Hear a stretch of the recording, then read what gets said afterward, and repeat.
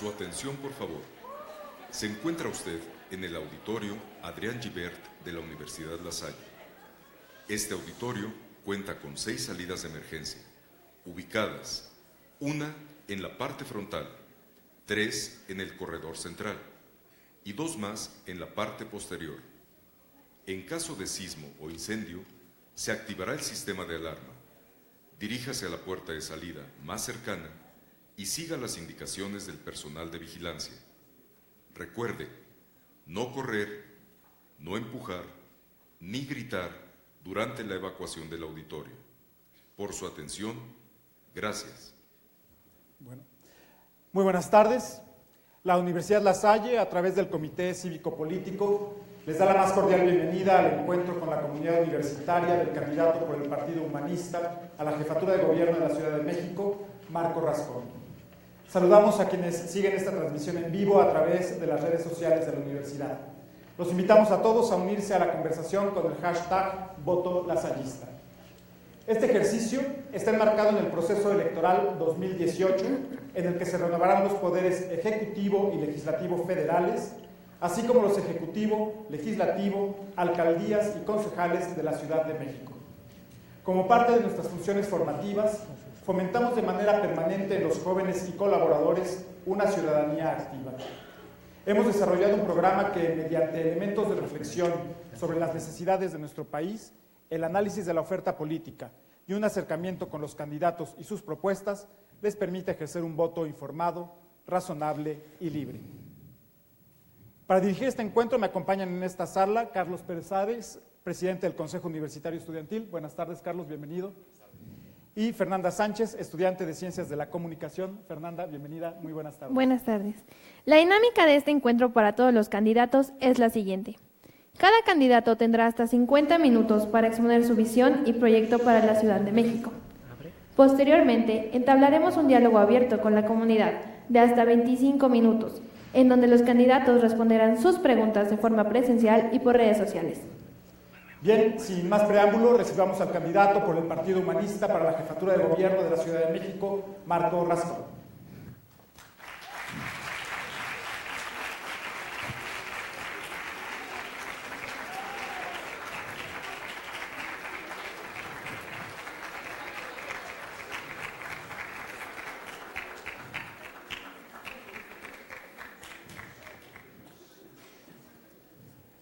Buenas tardes, bienvenido a la Universidad de La Salle. Muchas gracias. Esta es su casa. Buenas tardes, bienvenido. Fernanda, Carlos Pérez Ares. Buenas tardes, por favor. Por favor, adelante. Sí, tomar asiento. Fuera de línea.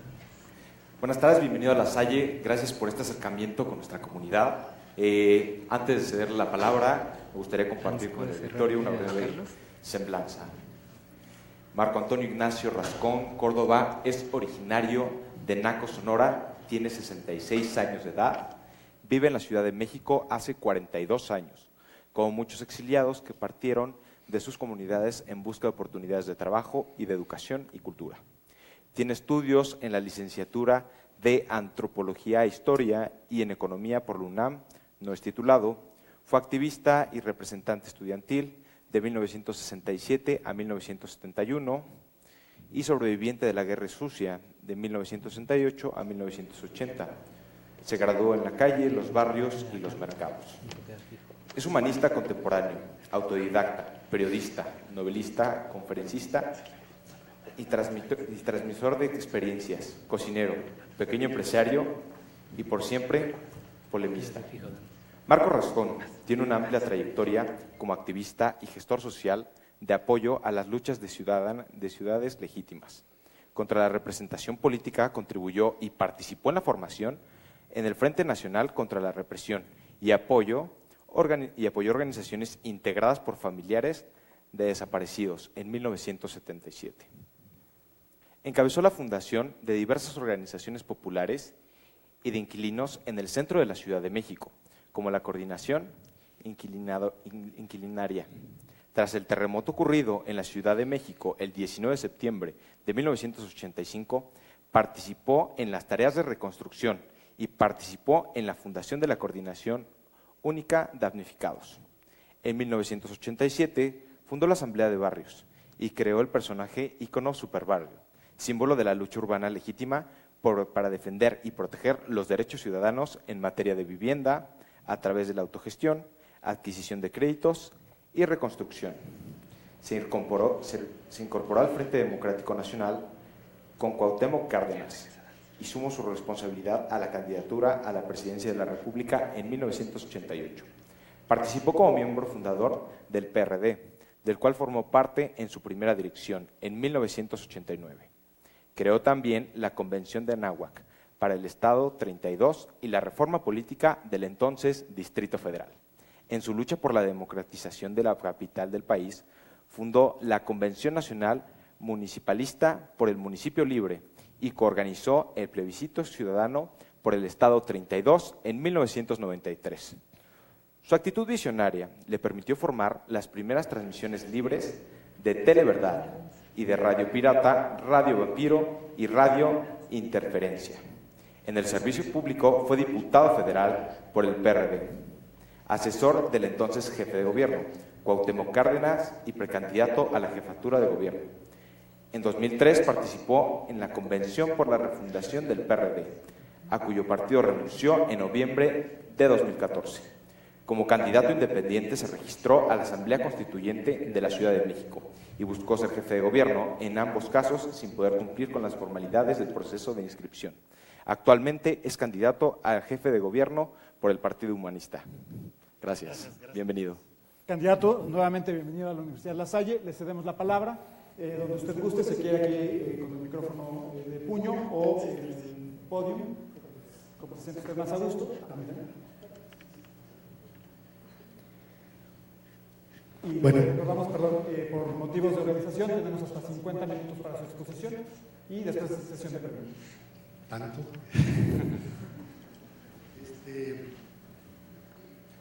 Buenas tardes. Buenas tardes. Agradezco mucho a la Universidad La Salle la posibilidad de establecer este diálogo que es cualitativamente para mí, candidato, pero también por mi edad, es sumamente importante porque una de las cosas que necesitamos en términos de diálogos son la relación intergeneracional y sobre todo poder unir lo que es la memoria con lo que son las visiones, los presentes que tienen ustedes actualmente como jóvenes y que sin embargo tanto la gente de nuestra generación como ustedes tenemos un problema hacia el futuro, que es el problema de ver la ciudad, cómo se va a comportar, hacia dónde queremos que vaya, y esta es una de las asignaturas importantes que nos corresponden, sea ustedes como jóvenes o yo de mi edad. Yo tengo 66 años, pero en realidad tengo 85, porque siempre me junté con los más grandes. Y eso genera también una cantidad de conocimientos y de historias y de información que es sumamente importante, y eso en mi generación el conocimiento histórico era sumamente importante para poder tomar decisiones en el presente. Decía el filósofo, escritor, poeta Miguel de Unamuno, español, que nada más urgente que la espera. Es una frase donde la urgencia con la espera es importante mezclarla. Aquí tenemos hoy, y sobre todo para esta elección, que tomar una decisión, y sobre todo las campañas deberían ser un diagnóstico sobre qué es lo que ha sucedido en los últimos, por lo menos 50 años en la Ciudad de México. Por una razón, hasta 1997, desde 1928, esta ciudad fue gobernada bajo un esquema, un régimen, donde el presidente era el que nombraba al regente, y el regente a su vez a lo que hoy conocemos como los delegados, eran una designación unipersonal. viene una cantidad de cambios y de luchas desde la sociedad precisamente para cambiar esta situación y recuperar el derecho de los habitantes a poder elegir y ser electos como autoridades, tanto para el Poder Legislativo como para el Poder Ejecutivo. Una cosa que se reclamaba era el tener los mismos derechos que cualquiera de los estados de la Federación, por eso lo llamábamos, o se llamaba, o se hablaba del Estado 32. O sea, son 31 estados, pero la capital con una aspiración de ser el Estado 32. A partir de 1997 se logra una reforma importante que no llegamos a la idea del Estado 32, pero por lo menos se hizo un cambio sustancial. Elegir por primera vez al jefe de gobierno, que era el regente, y elegir a 3 años después, elegir a los que eran los delegados designados por el regente, ahora elegirlos los propios ciudadanos. La democracia siempre es buena, siempre ha sido importante precisamente para generar cambios. Sin embargo, todas las formas que se fueron realizando parece ser que se hubieran congelado y entonces el motivo y la democracia como el gran vehículo dinámico para poder hacer los cambios se detuvo.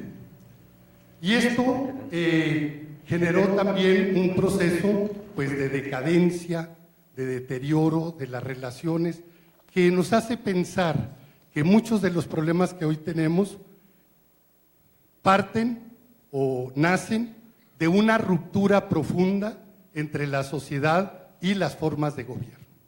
La gente, pese a que es la que elige o ha venido eligiendo cada 3 años a sus gobernantes, hay una insatisfacción muy grande. Entre lo que son los partidos gobernantes, podríamos decir PAN, PRI, PRD, Morena, a partir de 2015, resulta que entre los 4 únicamente han votado menos del 20% de lo que es el listado nominal. Es decir, para 2015 el 80% de los ciudadanos se abstuvo. Entonces hay una crisis precisamente también de gobernabilidad. ¿Por qué la gente se ha alejado de las urnas? Ese es un problema bastante grave en el cual tenemos que reflexionar quiénes estamos proponiéndonos y quiénes planteamos que tenemos que cambiar el esquema precisamente de gobernabilidad. Esta elección va a ser un balance, un diagnóstico de lo que fueron los 69 años antes de 1997 y lo que han sido los 21 años después de esta fecha, donde se gobernó de manera distinta y donde hay hoy una diversidad política que es la que integra. Unas delegaciones son de un partido político, otras delegaciones son de otro partido político. Sin embargo, los problemas, la intercomunicación de la misma ciudad es una. De una calle a otra es la delegación X a la delegación tal. Y entonces cuando se habla de voy a hacer esto al margen totalmente del conjunto de lo que es la ciudad, estamos fallando. La Ciudad de México, la capital, tiene una geografía muy específica. Resulta que desde la Constitución de 1857 quedó rodeada por lo que hoy es el Estado de México, con una sola salida hacia el sur, hacia el Estado de Morelos, pero está rodeada de municipios, ustedes lo conocen perfectamente, es una herradura, pero entonces esto en términos político-administrativos de muchos de los problemas, llámese agua, llámese basura, llámese drenaje, llámese medio ambiente, llámese transporte, todo eso tiene que pasar necesariamente por lo que son el Estado de México y los municipios conurbados. Eso hace que prácticamente cualquiera que está gobernando la Ciudad de México llega con 4 puñales sobre la garganta. Si allá nos cierran por un día, una semana, en la entrega de los desechos sólidos, orgánicos de nuestra basura, aquí tenemos al día siguiente cerros de basura. Eso es un poder político externo que toma también decisiones acá. Si de pronto el agua que viene del Cutzamala, que viene de muchos ríos, que incluso hoy racionalmente se propone que hay que traer más ríos aquí para la ciudad, esa interrupción de agua potable nos dejaría sedientos y nos dejaría más de lo que ya tenemos acá. Si el drenaje es exactamente lo mismo, el asunto del transporte, mucho del transporte se contiene y se acerca desde los municipios conurbados hacia la capital. Diariamente a la Ciudad de México, la población que viene a trabajar a las áreas centrales son 6 millones de trabajadores que vienen a nuestras zonas centrales. La delegación Cuauhtémoc nada más somos 550,000 habitantes, de los cuales 2,5 millones es población flotante diaria que viene y atraviesa la delegación Cuauhtémoc. Son servicios, son necesidades, etcétera, y por eso de pronto la percepción que tenemos es que no es nada más la ciudad de los habitantes, sino también la ciudad como capital, como ciudad que se interconecta a nivel global. Hoy Tepito, por ejemplo, puede tener más relación económica, comercial con China. Salen los charters por el aeropuerto directamente a China, llegan porque son los contratos para la introducción de mercancías. Y entonces esto, pues evidentemente marca los tiempos, las características de la ciudad. Es una ciudad terriblemente compleja.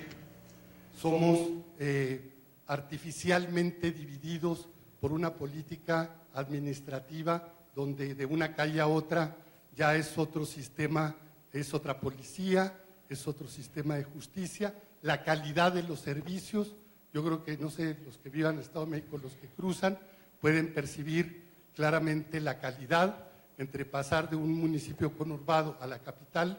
Es como pasar de Bronzeville a Matamoros, más o menos, en términos de conectividad y de calidad de servicio. Si estas cosas no se emparejan y no se vuelven o no se cambian, estaremos viviendo problemas más o menos fuertes hacia el futuro. Uno de ellos, de los más importantes, que lo vemos, vivimos en cotidianidad con él, es el tema del agua. Desde hace más de 500 años del México prehispánico hemos agredido profundamente lo que es la relación con nuestro hábitat, y esto evidentemente nos la ha cobrado. Ya la ha cobrado, pero la puede seguir cobrando y puede ser tan catastrófica como los sismos que hemos vivido en los últimos tiempos. ¿Por qué? Porque dicen en la ley de la hidráulica que el agua hay que tratarla bien, y cuidado con el que se mete con el agua, porque el agua puede cambiar el tipo de relación y sobre todo nos puede agredir si no tenemos esa buena relación. Aquí le hemos agredido. La Ciudad de México es un barco arriba del Gran Lago, flotamos sobre ella, aunque sea lodo y sean arenas, pero seguimos flotando. Los edificios que ustedes ven altísimos están enclavados en la roca madre hacia el fondo del lago. El nuevo aeropuerto está enclavado, por eso se ha encarecido, porque está enclavado hasta la roca madre, hasta el fondo del lago. En perspectiva, el nuevo aeropuerto, como el de Hong Kong, que también se está construyendo por el mismo arquitecto de acá, que es Foster, los aviones tendrían que estar aterrizando en medio del lago. Así como el de Hong Kong aterriza en medio del mar, o el que están haciendo, también no hay ningún problema de que pueda aterrizar en medio del lago. ¿Cuál es el problema? Hay muchas propuestas que se plantean ahorita en las campañas, pero si las propuestas son particulares, son concretas, son explicaciones del árbol tal, que nos impide ver el bosque. El gran bosque de los problemas que tenemos enfrente, que son estructurales y que no se resuelven ni siquiera en los próximos 6 años. Se resuelven en el mediano y en el largo plazo. 6 años no bastan para resolver el problema del agua. No es un problema de plomería, no es un problema de las fugas, no es un problema de los baches. Hay tantos baches y hay tantas fugas porque queremos tapar el desarrollo y el curso del agua con pavimento y con cemento. Eso tiene ya sus límites y hoy estamos viviendo de que unos meses morimos de sed, zonas de la ciudad, y otros tiempos del mismo año vivimos inundados. Todavía a principios de siglo, ahí están todavía marcados los niveles en el centro histórico y en el Zócalo, hasta dónde llegaron las aguas, porque entonces era deficiente también el sistema de bombeo. Hoy vivimos, y la estabilidad hidráulica vive del sistema de bombeos y sobre todo la inversión en energía eléctrica, que equivale a todo el consumo de la Ciudad de México en el año, introducir el agua y sacar el agua. Y la estamos sacando al Golfo de México lo que nos cae de lluvia. Lo que nos cae de lluvia es para 30 o 40 millones de seres humanos en un año, lo que nos cae de lluvia, y sin embargo eso lo estamos desperdiciando. Para ustedes, el tema del futuro, pues ahí está. Y tiene que ver también con esa memoria y todos los errores que hemos cometido, mi generación, generaciones anteriores, con respecto a este tema. Me queda claro cuáles son las diferencias con las otras fuerzas políticas, pero me queda claro también que van a seguir existiendo y por lo tanto necesitamos acuerdos de largo plazo. Los que pensamos o hacemos la política o buscamos una representación precisamente para no estar cambiando cada 6 años de acuerdo con las ocurrencias de los gobernantes y estar diciendo, ahora yo quiero un segundo piso y ahora yo quiero, ¿sabe qué? Pero que no tiene una sustancia de largo plazo. Por nuestro sistema político, el país se destruye y se construye cada 6 años, porque llegamos incluso nada más el costo de cambiarle a los letreritos de Ciudad de la Esperanza, Ciudad de quién sabe qué, Ciudad de quién sabe qué. Esos son millones de pesos, pero tienen que ver más con el egocentrismo de los gobernantes, más que con una idea clara de qué es lo que necesitamos realmente. Cambiarle nada más los letreritos y los colores al sexenio, ya eso es un dineral. Creo que tenemos que cambiar precisamente el código y pensar de largo plazo para lo que son las políticas públicas.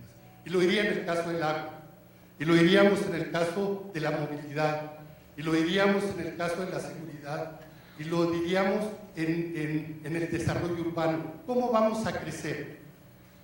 Hay mucha queja sobre cómo crecer. Crecemos de manera compacta con la infraestructura que ya tenemos actual, o crecemos espacialmente hacia las orillas, como ha venido sucediendo, que eso es un ecocidio. La campaña sirve un poco para hablar de otras zonas de la ciudad, pero lo que ha sucedido en Tláhuac, Xochimilco, etc., no de estos 6 años, sino de hace 30, 40, 50 años, es un crimen. Es un crimen contra nosotros mismos. Hoy estamos desecando lo que conocíamos o lo que conocemos como Xochimilco, con una explotación de 15,000 litros por hora de 13 pozos para poder abastecer de agua a el área central de la Ciudad de México. ¿Y qué es lo que ha sucedido? Pues que han bajado 1 metro, 1,5 metros, y esto es un desastre. Porque aparte de eso, ahí depositamos también las aguas negras. Y otro crimen que se ha hecho es que no se previó, fue que el agua pluvial se mezcla también con las aguas negras. Entonces, todo eso va bajando. La ciudad tiene todavía, y ahí están las marcas, las cicatrices y todavía el curso, de 43 ríos. Son 43 ríos. Churubusco, el río Piedad, los Remedios, etcétera, son 43 ríos que cruzan actualmente la Ciudad de México. Perdimos la memoria que vivíamos en un lago, que vivíamos rodeados de ríos, y ese lo vamos a estar pagando, lo podemos pagar. Ya el drenaje es totalmente insuficiente, precisamente para poder sacar, porque lo que se hizo como gran obra, que fue el drenaje profundo, un gran tubo, hoy está casi más de 1 metro abajo de lo que era el nivel precisamente para poder salir por gravedad, y hoy se tiene que bombear. Meter agua, sacar agua, nos cuesta energéticamente. Si a eso le sumamos el colapso en la movilidad, la ciudad tiene muchas formas de moverse, desde los que nos transportamos y mezclados, automóvil, otros transporte público, etcétera, otros son peatones, ciclistas, etcétera. Eso es ya un tema que tenemos que discutir porque es un asunto del futuro. Resulta que tenemos 5.5 millones de coches para transportarnos individualmente, las mañanas, jornadas laborales, de ida y de regreso. El 70% de la transportación vía coches es un coche, una persona. Un coche, una persona. Utilizamos gasolinas, energía, para transportar y mover 1,5 toneladas de plástico y de metal para que esa 1,5 toneladas transporte promedio 60, 70 kilos de ser humano. O sea, es una irracionalidad inmensa la que estamos cometiendo. Y hoy, bueno, se siente muy feo que me acabo de comprar un coche que corre a 220 kilómetros por hora y me rebasa una bicicleta. Oye, si yo compré mi patrimonio, mi estatus, mis ahorros están en ese coche, hoy me rebasa una bicicleta, porque el promedio de velocidad en la ciudad son 17 kilómetros por hora. Ese es el promedio de velocidad durante el día. Y ahí podemos platicar de lo que significa este colapso, cómo nos vamos a mover hacia el futuro. Los que han estado promoviendo la cuestión de las bicicletas es un poco la discusión que hubo en el Medio Oeste cuando aparecieron las locomotoras y los creadores, los que creaban caballos, decían no a las locomotoras y entonces propusieron incluso una carrera entre una locomotora y los caballos. Ganaban los caballos, eran más veloces. Pero ahí en términos de la innovación tecnológica, pues evidentemente la consistencia de lo que era el vapor y lo que era la movilidad mecánica sobre los caballos, evidentemente se volvió para las películas, pero no una cuestión sustancial para lo que era la transportación. Hoy, por ejemplo, grandes de los temas, particularmente con los jóvenes, es el tema de la innovación. Innovación, cultura y sobre todo, qué es lo que viene hacia adelante con los jóvenes. De acuerdo con, si ustedes han visto, hay un fenómeno de especulación inmobiliaria impresionante. Se construye y estamos llenos de espacios vacíos, pero y que tienen un altísimo costo. O sea, cuando uno ve los rascacielos, es decir, ¿quién está rentando? ¿Quién está comprando? ¿Qué tipo de economía está respaldando eso que se está construyendo? No para el uso, sino para la especulación. Y ahí el sismo del año pasado lo puso en evidencia y lo hizo visible. Hoy, por ejemplo, en el caso de los jóvenes, se requiere una movilidad también en lo que es la vivienda y la habitación. Se requieren espacios baratos donde pueda haber un loft, un baño, una pequeña cocineta, un lugar para poner los libros y tener conectividad con los grandes centros educativos. La vivienda en renta, incluso se pueden plantear restricciones, solamente por 5 años en términos de los jóvenes. Allá enseguida de Ciudad Universitaria, en el eje 10 sur, Insurgentes, vemos unos rascacielos vacíos, cuando de pronto la universidad podría estar rentando precisamente para los jóvenes para poder acortar la cuestión de las distancias. No. El que tenga 9% de promedio paga la mitad de la renta, por ejemplo. Esto cómo se revienta esa burbuja inmobiliaria. Recientemente yo veía una ley o una propuesta muy importante en Canadá, en Vancouver, donde se dio un fenómeno como el que estamos viviendo ahorita y donde se construyeron lo que ellos les dicen ciudades fantasmas hechas para la especulación, nadie podía tener acceso. Y entonces el gobierno de Vancouver metió un impuesto adicional por metro cuadrado vacío. O rentas o vendes, pero no lo puedes tener vacío. ¿Qué sucedió? Que aumenta la oferta, bajan los precios y viene una accesibilidad importante y hoy muchos jóvenes universitarios en Vancouver, desde las escuelas públicas y las privadas, tienen acceso precisamente para ese tipo de vivienda.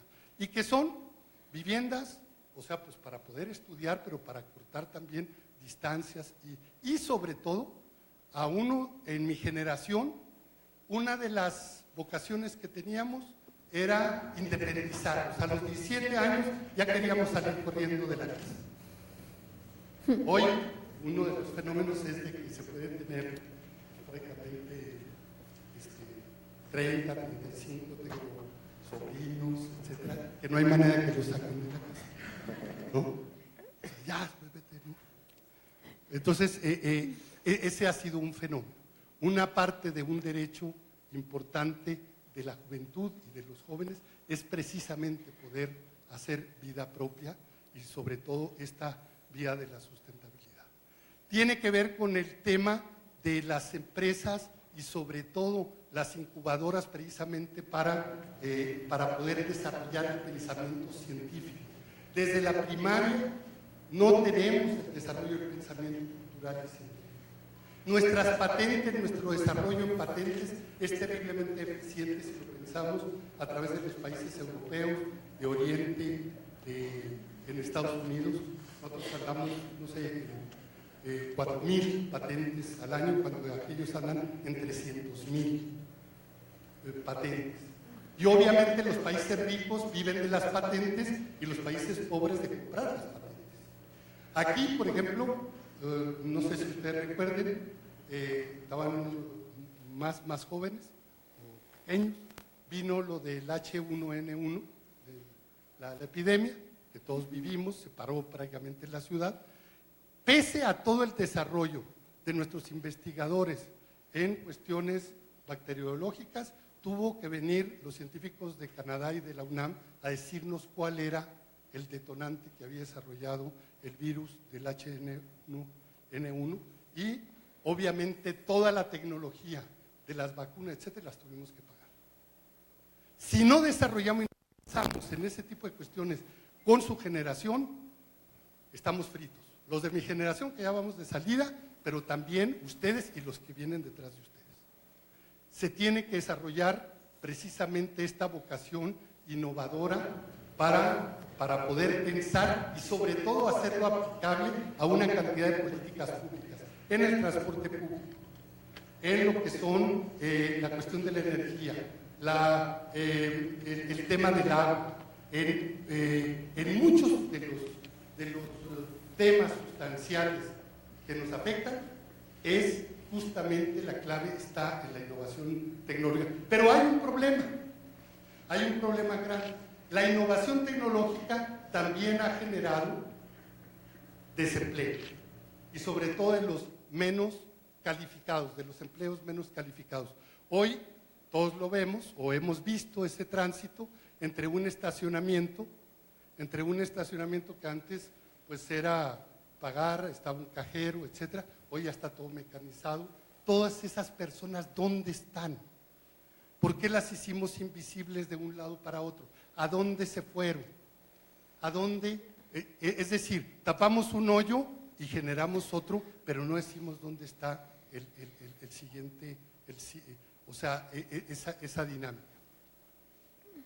Creo que si no atendemos cuál es la alternativa para ustedes, ustedes también están condenados precisamente al desempleo por muchas de las razones del desarrollo tecnológico y las formas de innovación. Los supermercados, se ha dicho que ahora ya ni cajeros van a tener.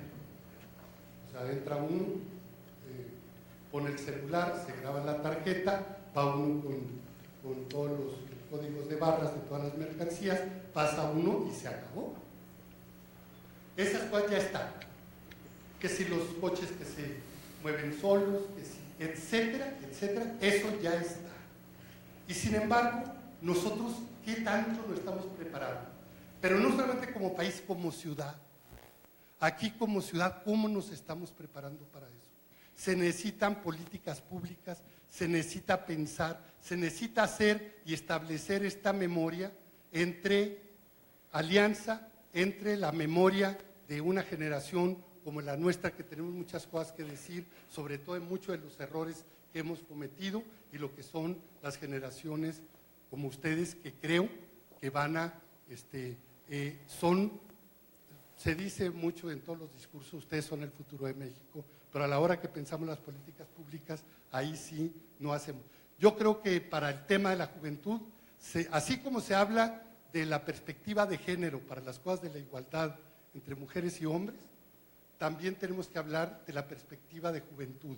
Y no es un asunto donde ahora, si se va, me piden de hablar de la juventud en Iztapalapa, yo voy a llegar a ofrecer pistas de ska, grafitis, tal, para tenerlos entretenidos, ¿no? Pero cuando lleguen a la adolescencia, como lo pide o lo plantea uno de los candidatos, hay que mandarlos a los reclusorios a los 16 años y bajar la edad penal. ¿Por qué? Porque no tuvimos alternativas, porque no estamos generando alternativas. Creo que hay muchas cosas que en términos de lo que es jóvenes, que tiene que ver con desarrollo económico, con nuevas empresas, con innovación tecnológica, tiene que estar presentes. Una de las cosas que necesitamos centrarlas para no andarnos inventando el hilo negro es de que el año pasado se acaba de aprobar una constitución política de la Ciudad de México. Las constituciones es, en el fondo, lo diría el homónimo de Juan Bautista Lasalle, es Fernando Lasalle, un constitucionalista en Alemania, que él plantea que las constituciones son una correlación de fuerzas, es un acuerdo entre fuerzas políticas y sociales. Se llega a ese acuerdo pues, mediante la discusión, el trabajo, el debate, etcétera, y los intereses. Bueno, hoy tenemos una constitución. Mucho del debate incluso en esta campaña es que los candidatos no estamos tomando como referente central el tema de la constitución. Y yo les puedo decir, ahí está una constitución que plantea su progresividad. Ninguna constitución, ni la de 1917, se puede cumplir en ese momento que se promulga. Las constituciones son necesariamente aspiracionales. Son aspiracionales. Se puede decir, ¿cómo nos van a resolver el problema de la educación? ¿De dónde va a salir? Sí, es cierto, no hay dinero. Pero tiene que estar claro porque son objetivos que tenemos que cumplir al paso del tiempo y son objetivos de mediano y de largo plazo que tienen un acuerdo sustancial. No son muchos de ellos para poderse cumplir en ese momento. Para eso son también, para llegar a ese punto aspiracional y al máximo objetivo, son las leyes secundarias y las leyes reglamentarias. Y el próximo congreso, ese primer congreso de 3 años, va a ser fundamental porque va a decir cada una de esas leyes cómo va a funcionar. ¿Cómo andamos de tiempo? Estamos en 30 minutos.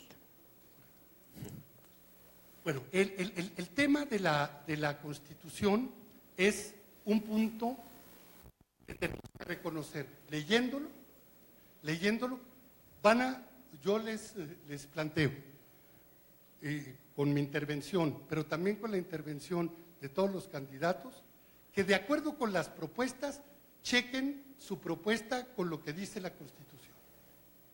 Y se van a dar cuenta que lo que vienen a proponer es lo que ya está acordado.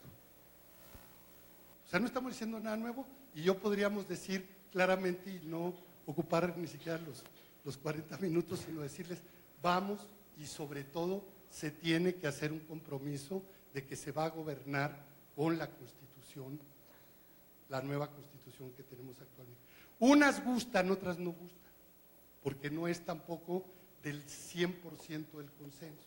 No es así tampoco, porque esto no es un partido de fútbol, no es la liguilla, no es el campeonato ni el campeonato mundial donde uno se pone la camiseta y uno perdona hasta los errores de los porteros, etcétera, diciendo que cualquier cosa. No, este es un tema, cuando se habla de la sociedad, se habla de la política, se habla también desde la imperfección misma de la naturaleza humana.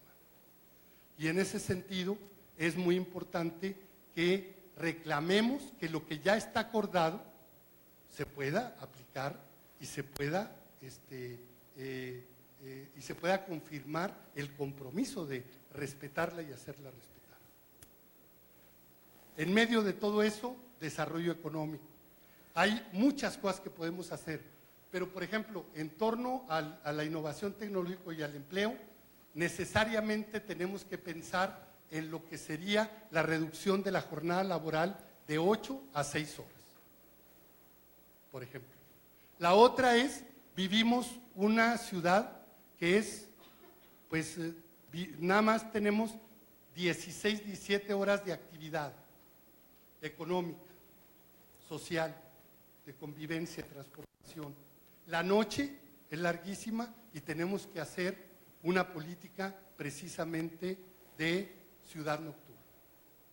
Yo creo que hoy estamos frente a un punto de decisión sobre el futuro de la ciudad donde los aspectos son muchísimos y donde las cosas de largo plazo tienen que marcar precisamente el comportamiento y la decisión y la reflexión sobre el voto de parte de cada uno de ustedes.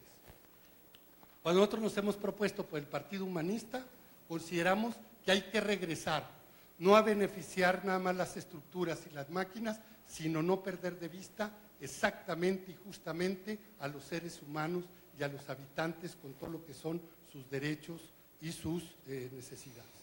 Por eso, bueno, queremos decirles que les agradecemos infinitamente la posibilidad de habernos escuchado y de poder contestar sobre lo que pudieran ser sus reflexiones o sus opiniones, sus preguntas para esta charla. Gracias. Gracias. Adelante. Muchas gracias, candidato. Pasamos al diálogo abierto con la comunidad universitaria. El formato será el siguiente. El presidente del Consejo Universitario Estudiantil, Carlos Pérez Ares, comenzará el diálogo formulando preguntas con base en los resultados de la encuesta levantada en la comunidad universitaria las semanas pasadas sobre los temas de interés. Los presentes en la sala también pueden realizar cuestionamientos al candidato. Ahí les voy a pedir que levanten la mano quienes estén interesados en hacer alguna pregunta para pasarles el micrófono. Solamente les pedimos que su pregunta sea concisa y breve. Y Fernanda leerá las preguntas que están llegando a través del Twitter de la universidad en la cuenta @lasalle_mx o con el hashtag #votolasallista. Adelante, Carlos, por favor. Muchas gracias. Dentro de la encuesta hay algunos temas que fueron los que más interés tuvo la comunidad. Entre ellos está la movilidad, está la seguridad y narcotráfico, mencionó seguridad social y la corrupción. Son los temas que la comunidad está más sabida de conocer sus propuestas. Correcto. Bueno, con respecto a la seguridad, se ha propuesto o se ha visto de que el tema de la seguridad es poder identificar los comportamientos de la delincuencia y para eso ya hay una competencia a ver quién propone más cámaras, incluso más cámaras para poder detectar a los delincuentes de los candidatos. Las cámaras, creo que nadie nos podemos pelear con la tecnología, son importantes, pero no está ahí ni siquiera en la inversión en más equipos, más patrullas, etc. Tenemos mucha policía, mucha. Está la Policía de Seguridad Pública, está la Procuraduría General de Justicia de la Ciudad de México, está la Policía Auxiliar, la bancaria, más de 600 empresas privadas de seguridad. Pero entonces hay una competencia, voy a poner 1 millón de cámaras, y yo voy a poner 2 millones, y yo voy a… Ya creo que vamos a pasar de médico en tu casa a policía en tu casa, con una cámara en cada recámara, para poder no únicamente ver e identificar un acto delincuencial presente, sino el que van a cometer los propios ciudadanos. Esa es estoy caricaturizando, obviamente, pero a eso nos llevaría el tema de únicamente verlo como un problema tecnológico. El punto de partida es de que está rota la confianza y la relación entre seguridad, policía y las propias ciudadanías. No hay reconocimiento y no hay confianza. Podemos decir que los ciudadanos mismos están, pese a que sale de nuestros impuestos, de nuestra decisión, la construcción o el funcionamiento de la policía, esta policía está ubicada o está destinada a perseguir delitos menores, de muchachos, jóvenes o de los delitos menores, pero cuando aparece la balacera o aparece los delitos de alto impacto, no se encuentra nadie. Un robo, entonces se tarda en encontrar, y un patrullero llega y al final en la investigación, es una queja muy común de los ciudadanos, es de que se termina casi en la investigación, pues usted es el principal sospechoso del robo, porque por eso la gente no se acerca ni siquiera al Ministerio Público. Cuando roban una micro en una colonia, lo roban, les quitan los celulares y el dinero a todos los que pueden, etcétera. En esa micro no es de que se pare, vámonos todos al Ministerio Público. El juicio general es, ya perdimos, esta noche, este día yo ya perdí, el día siguiente es otro, y cómo va. O sea, hay una dinámica prácticamente de no denunciar, por eso todavía las cifras no son verdaderamente, no son creíbles en términos del gran impacto de lo que está sucediendo. Hay la propuesta que hemos hecho es de que se requiere intercalar o conectar nuevamente a los ciudadanos con lo que es el sistema de justicia, y para lo cual nosotros planteamos que dentro de las unidades territoriales que habla la nueva Constitución se pueda elegir por vía el voto directo, no a través de los partidos, sino como hoy se elige a los comités vecinales para nombrar al juez de barrio. El juez que pueda determinar ahí todo lo que es las faltas cívicas, los de la comunidad, pero al mismo tiempo este juez pueda calificar las gestiones de los propios ciudadanos. Aquí falta una banqueta, aquí falta quién sabe qué, aquí está violando el establecimiento mercantil, está violando en términos de ruido, en términos de contaminación, de olores, etcétera. Eso se tiene que resolver ahí.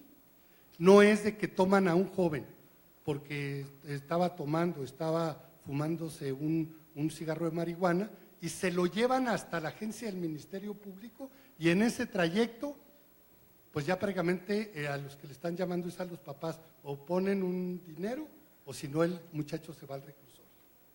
Y bueno, llegan rápidamente los familiares y pagan, porque está separado totalmente lo que son los delitos menores, donde un juez ahí al muchacho es remitirlo rápidamente, quién es tu mamá, quién es tu papá, dónde estás, dónde vives, etcétera. Rápidamente se puede ubicar dentro de lo que son precisamente el ambiente familiar concreto. El tema de la corrupción es un tema, se ha discutido y se ha acusado y se ha dicho mucho, si es un asunto cultural.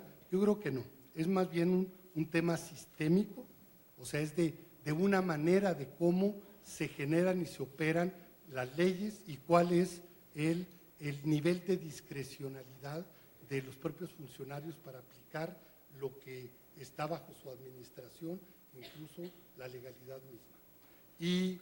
Y en eso, pues es más fácil arreglarse en términos directos en la calle o arreglarse para cualquier tipo de gestión, donde se ampara y funciona la corrupción sobre la base de sobreregulación de mucha de la tramitología para muchos de los temas. Hoy ya se hacen muchos de los trámites vía cibernética, vía electrónica, sin embargo, esto tiene que estar totalmente simplificado. Para un establecimiento mercantil, abrir un negocio significa más cerca de 200 trámites, está totalmente sobreregulado.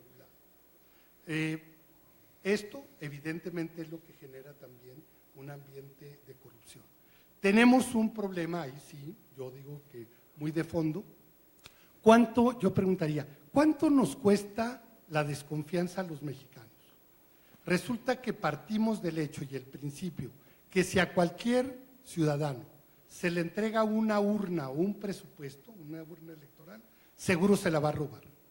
Por lo tanto, necesitamos un tribunal y una contraloría y un tribunal y una contraloría para que se estén vigilando, y resulta que en ese camino se va aprendiendo lo que es la manera de cómo eludir la propia ley y cómo continuar con ese procedimiento sistémico. De acuerdo, y ya nomás quisiera decir, de acuerdo con los temas, el tema del desarrollo social, tenemos que liberar el desarrollo social y la aplicación de las políticas públicas para todo lo que son los sectores más vulnerables, que hoy también se dice prioritarios, etcétera, es liberarlos del clientelismo. El gran asunto en esta elección, pero en todas, es el tema del clientelismo. Hoy yo, por ejemplo,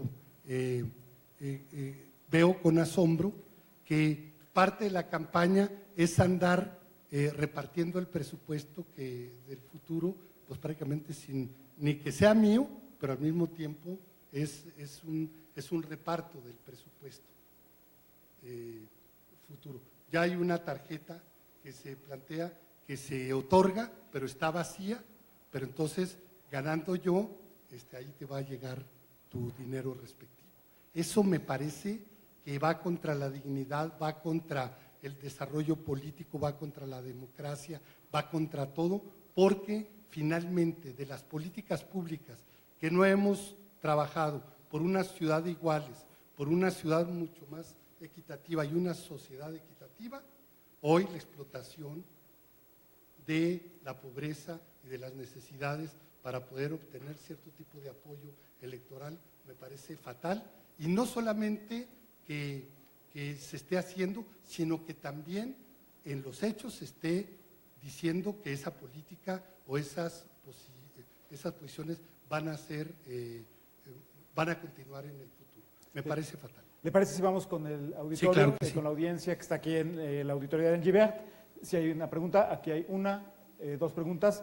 Empezamos contigo, dos acá y tres allá arriba, en lo que también llegan las preguntas por las redes sociales. Por las redes sociales, sí. Adelante, por favor. Muchas gracias. Mauricio de la Cruz, estudiante de la Escuela Preparatoria. Mi pregunta es clara para el candidato. Usted ha mencionado muchos de los problemas que ha habido durante el gobierno actual. Recordemos que el gobierno actual es carrerista, ¿no? De los gobiernos a los que usted ha apoyado o apoyó en cierto tiempo. Mi pregunta es, ¿por qué votar por el Partido Humanista y no por el PRD, PAN, por Alejandra Barrales? Gracias.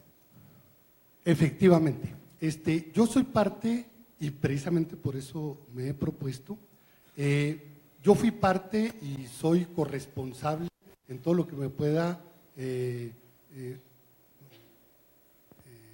tocar el asunto de este proceso que se inició en 1997. Y no estamos hablando nada más del último gobierno, sino desde el del ingeniero Cárdenas, el de Andrés Manuel López Obrador, Marcelo Ebrard, el doctor Mancera. Creo que esto ha generado o es una continuidad. ¿Qué sucedió? Toda la fuerza social e histórica que hizo posible el cambio de 1997 y la reforma al Estatuto de Gobierno de 1996, yo me siento corresponsable al respecto. En ese tiempo resultaron muchas diferencias con el propio partido, yo me separé, estuve dedicado a algo que para mí fue nuevo, hacer un pequeño negocio de gastronomía, dedicarme a la gastronomía, al comercio, y ahí pues prácticamente me ubiqué a lo largo de 20 años, separado totalmente de cualquier actividad política en términos de activismo. El periodismo, las opiniones, la crítica, creo que ahí está documentada en muchos de mis intervenciones, conferencias, debates con respecto a la gente del PRD y muchos de los gobiernos. La fuerza social, política, con una vocación democrática y de cambio, que surgida a partir de 1997, pero que venía de los 30, 40 años anteriores, hoy está profundamente dividida, enfrentada, está confundida también, precisamente por esta competencia a ver quién es peor. Y esto, evidentemente, quien pierde es la Ciudad de México. Yo considero, y sobre todo por eso fue de que me animó el hecho de presentarme, porque creo que retomar nuevamente la idea o del proyecto de una ciudad para todos, de una ciudad de iguales, con las cuales mi generación planteó y se inspiró, generó, construyó conceptos, sueños, expectativas, etcétera. Hoy yo considero que no solamente están olvidadas, sino también de que se cambió la cuestión original por una idea totalmente de hacer valer los intereses de grupos, los intereses políticos más inmediatos. Me parece que las fuerzas gobernantes hoy han perdido la visión del futuro de la ciudad. Y aunque mencionan el futuro, creo que en los hechos y en la manera de cómo comportarse están diciendo lo contrario. En ese sentido, la idea de haber tomado distancia, haber incluso intentado por la vía independiente, y hoy en el encuentro con el Partido Humanista que dirige un antiguo compañero que nos conocimos previo a la formación del PRD y ya propiamente en el PRD, pero que los dos por caminos distintos tomamos otros rumbos, creo que nos dio la posibilidad de hacer valer estar en la boleta y sobre todo también estar en la posibilidad de participar en un diálogo directo con la sociedad, precisamente para encontrar cuál es, en qué momento la memoria y lo que fuimos todavía tiene algo de validez y sobre todo encontrar la relación con la generación de ustedes para poder definir frente a los problemas comunes el futuro de la Ciudad de México.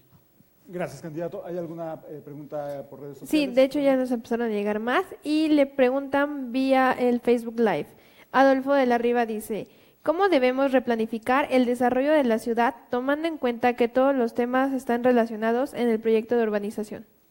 Sí, el desarrollo urbano hay un punto de partida grande, que es hacia dónde vamos y sobre todo el tener conocimiento de qué es lo que estamos construyendo. El desarrollo urbano tiene que ver con la gran obra material y sobre todo la orientación de los presupuestos hacia dónde queremos ir. Creo que todos hemos sido testigos, a los presentes, de que cualquier obra pública que se plantea en la ciudad, sobre todo las de movilidad o las que pueden ser importantes, transporte público, etcétera, genera una gran controversia para los propios habitantes, los propios ciudadanos. Nadie quiere todos queremos tener un coche, pero nadie quiere tener una gasolinera cerca. Todo mundo quiere un transporte público, pero que no me vaya a tocar cerca de mi casa una estación del metro. o un CETRAM, o algo que me conecte. ¿Cuál es el tema? Nuestra visión sobre lo que significa la vida en la ciudad, el cambio y la dinámica de los cambios en la ciudad, pensando que esta es un organismo vivo que se va modificando y sus vocaciones se van transformando incluso en sus propios barrios. ¿Cuál es, por ejemplo, la vocación que ha ido cambiando de la colonia Doctores? De ser un barrio o una colonia que tenía mala vocación, incluso por los nombres de sus calles, que tenía que ver con el desarrollo del sistema hospitalario y médico, etcétera, pues hoy lo que le está ganando es la vocación de la ciudad judicial, donde está lleno de tribunales, donde están los juzgados, pero eso también reclama una cantidad de cambios que son el tema de la vivienda, precisamente para los trabajadores, para la gente que trabaja en esos espacios, y que tiene que haber una respuesta. Desde el plano de la inversión privada, pero también de la pública, de cómo se está construyendo vivienda, para qué es esa vivienda, con qué tipo de fines, cuál es el perfil de quienes van a habitar allí. Y no es un asunto de exclusión, sino es un asunto también de planeación. Yo quiero recordar, y en eso conozco bastante, de cómo antes de 1985 el Infonavit y el Foviste producían vivienda para los trabajadores al servicio del Estado, pero si uno trabajaba en Gustavo Amadero, le daban vivienda en Xochimilco. Y era con la idea de que los trabajadores no vivieran cerca de su propio centro de trabajo, porque era considerado que si se organizaban dentro del centro de trabajo, pero también dentro en el espacio donde vivían, se podía generar una política peligrosa en contra de la estabilidad laboral, etcétera. Cosa que en el sistema inglés, por ejemplo, que viene desde la Revolución Industrial, pues estaban las fábricas y estaban las casas de los trabajadores. Y esto era parte precisamente del entramado, y era por una razón, porque había que generar una cercanía para que los trabajadores llegaran en el estado más óptimo de descanso, etcétera. Hoy cuando hablamos de 8 horas laborales es falso. Aquí en la Ciudad de México por lo menos anda de 11. Los que vienen del Estado de México anda desde 14, entre 2 horas que tienen que ir y 2 horas que tienen que regresar, reventados, ¿no? Donde prácticamente no da, bueno, es una vida realmente infame, y es por una falta de planeación. En el desarrollo urbano es justamente eso lo que tenemos que ver, y aquí hay muchas cuestiones de políticas públicas, hasta las permutas, hacer una política de permutas. Si yo tengo un departamento en Xochimilco, pero estoy trabajando en la colonia San Miguel Chapultepec, poder ver si puedo hacer una permuta, precisamente a alguien que le pueda satisfacer un cambio de esa misma vivienda, obviamente con valores distintos que se puedan compensar, etcétera, pero es poder acercar también a la gente a lo que son sus propias vocaciones laborales, ¿no? Gracias, candidato. Vamos aquí al auditorio, por favor, si nos pasan el micrófono. Adelante. Hola. A mí me gustaría escuchar, como joven que por primera vez va a votar, 2 propuestas concretas: el cómo en innovación y el cómo en transporte, que considero que son los problemas más importantes que tenemos aquí. Gracias. A ver, en transporte, hay el segundo piso, por ejemplo, ahí está. Y está desde Vaqueritos hasta el Toreo, podríamos decir, en el ámbito nada más de la Ciudad de México. Algo que tenemos que hacer con el transporte público para que la gente pueda hacer un recambio, pueda ver que puede dejar el automóvil, o sea, aunque lo tenga, pero lo puede dejar para poder hacer uso del transporte público. Creo que es algo que se nos ha escapado en mucho tiempo, que es prácticamente los viajes expresos, sean en metro, sean en metrobús, sean y yo uno muy concreto que creo que puede ser barato, es desde Vaqueritos hasta el Toreo, 2, 3 estaciones máximo, que es poder estar de un lugar a otro de la ciudad con un mínimo de estaciones que signifiquen nada más la interconexión, precisamente para poder pensar qué me resulta mejor y más barato. Un transporte de esa naturaleza o el gasto en gasolina, estacionamiento, desgaste físico personal de ir manejando durante una hora con el embotellamiento de ida y otra hora o más de regreso. El tema de los transportes express, técnicamente yo creo que lo podemos hacer, los espacios están ahí, los hemos construido, sin embargo han estado totalmente diferenciados y lo podríamos desarrollar y lo podríamos resolver. El otro es el tema de Innovación. La innovación. Yo planteaba que en todo lo que es el sistema educativo, prácticamente desde el sistema primario, necesitamos generar una política de largo plazo e imbuir incubar lo que es el pensamiento científico precisamente en todas las generaciones. Hoy nuestro desarrollo en las ciencias humanistas es muy importante, somos prácticamente una potencialidad, sin embargo, en todo lo que son las cuestiones de desarrollo tecnológico, nuestros mejores gentes, incluso en robótica, en patentes, etcétera, tienen que salir fuera del país para tener un reconocimiento. Esto es porque México ha tenido una insuficiencia para poderlos retener y darles oportunidades. Yo creo son cosas que escapan propiamente al gobierno local, sin embargo, yo creo que el destinar y sobre todo elevar la categoría de la Secretaría de Ciencia y Tecnología que ya existe, ¿no?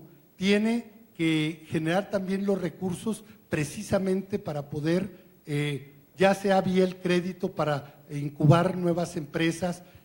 Voy a decir algo, por ejemplo, muy concreto. Anteriormente los softwares para restaurantes costaban 30,000, 40,000 pesos, etcétera. Hoy andan en 4,000, 5,000 pesos, precisamente para poder llevar la administración y lo que son los consumos, las cuentas de las mesas, etcétera, con una gran eficiencia. Pero hay una gran cantidad de pequeños negocios, por ejemplo, que no cuentan con eso.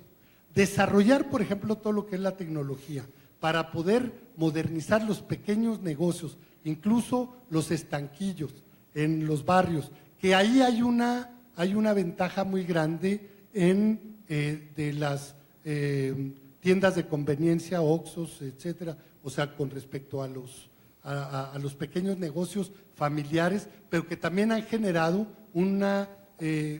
ha tenido consecuencias. De cada empleo que generan estos servicios, este comercio de conveniencia, pues prácticamente deshacen otros 5, que eran los pequeños negocios particulares, pero es porque se han ido quedando atrás y únicamente se pueden sostener con las habilidades de los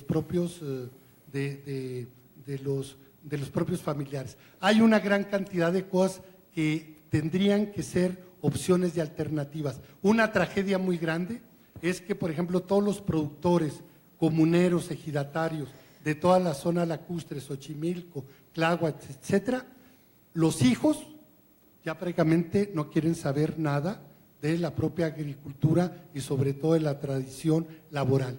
¿Cómo poder generar? Sí hay algunas escuelas técnicas, tanto del Politécnico como de la UAM o de la Universidad Nacional, sin embargo necesitamos un desarrollo educativo, tecnológico, mucho más detallado precisamente para poder no solamente ofrecer los servicios educativos, sino que los egresados también tengan una perspectiva laboral que les permita la sustentabilidad, quedándose dentro de la vocación propiamente de la zona y servir también a la propia comunidad, ¿no? Gracias, candidato. Vamos por la última pregunta, por cuestiones de tiempo, nada más de redes sociales. Ok. Y con esa pregunta cerraríamos. Si nos gustan anotar sus preguntas, por favor, se las hacemos a mí llegar. en lo personal me gustaría decir mi pregunta. Perdón, por cuestiones de tiempo, vamos con redes sociales. Y si nos la puedes escribir, se la hacemos llegar al candidato. No va a tu correo llegar. electrónico, por favor.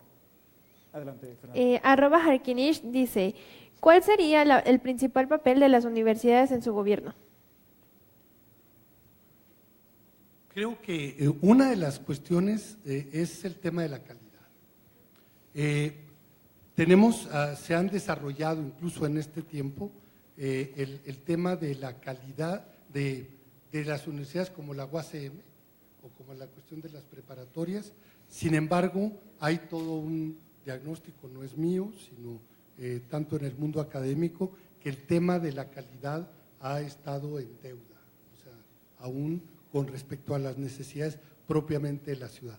Una universidad que tenga que ver con los temas en el terreno de la química, pero también para lo que son las cuestiones del transporte público, la energía, la innovación tecnológica.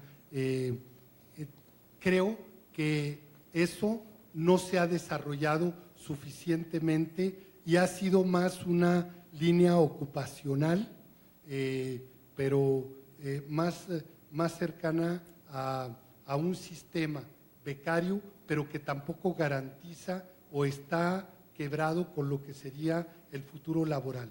En el caso de la UACM, se dice, es una leyenda negra, pero que muchos de los estudiantes terminan o llegan hasta el 7º semestre y se tienen que cambiar a alguna otra universidad porque si salen y son egresados de la propia UACM no los contrata nadie.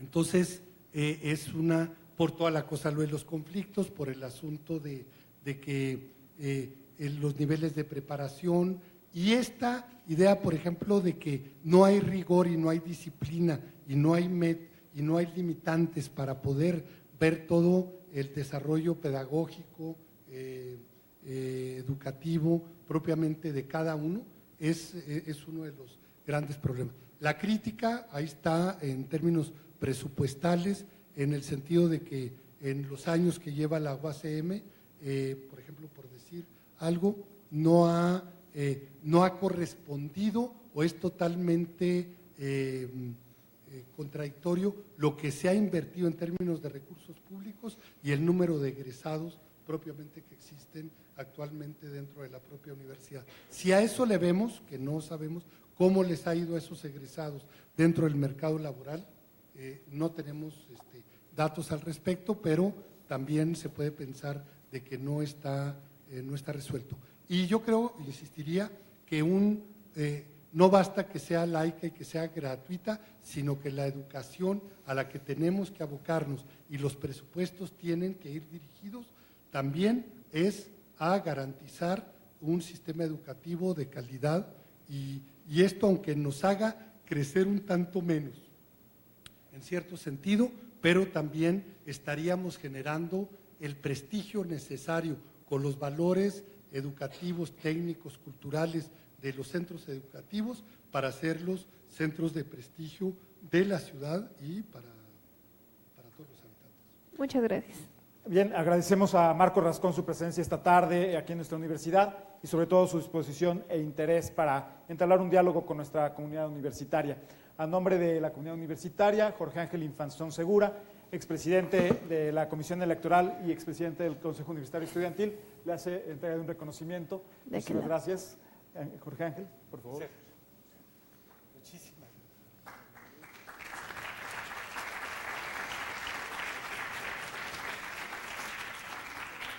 Muchas gracias. La Universidad La Salle otorga el siguiente reconocimiento a Marco Antonio Rascón Córdoba por compartir con la comunidad universitaria su visión y proyecto para la Ciudad de México como candidato a la jefatura de gobierno por el Partido Humanista, fechado el 7 de mayo del 2018. Atentamente, Carlos Jorge Pérez Ares, presidente del Consejo Universitario Estudiantil, y el doctor Enrique Alejandro González Álvarez, el rector de la Universidad La Salle. Muchísimas gracias y gracias por estar aquí en su casa. Muchas gracias. Gracias a todas y a todos, a la comunidad. Un presente también de la universidad. A usted, muchas gracias. Muchas gracias. Muchísimas gracias. Así llegamos al fin Gracias. De este encuentro con Marco Rascón, candidato a la jefatura de gobierno de la Ciudad de México con la comunidad La Salle. Agradecemos al candidato, a quienes siguieron esta transmisión por redes sociales y por supuesto a los presentes en el auditorio esta tarde. Los invitamos a mantenerse al pendiente de las visitas de otros candidatos y a consultar la información relevante del proceso en hoy.lasalle.mx/voto lasallista. Muy buenas tardes, indivisa manem. Muchas gracias. Una foto, candidato, por favor. Vamos a una fotografía. Sí, una foto.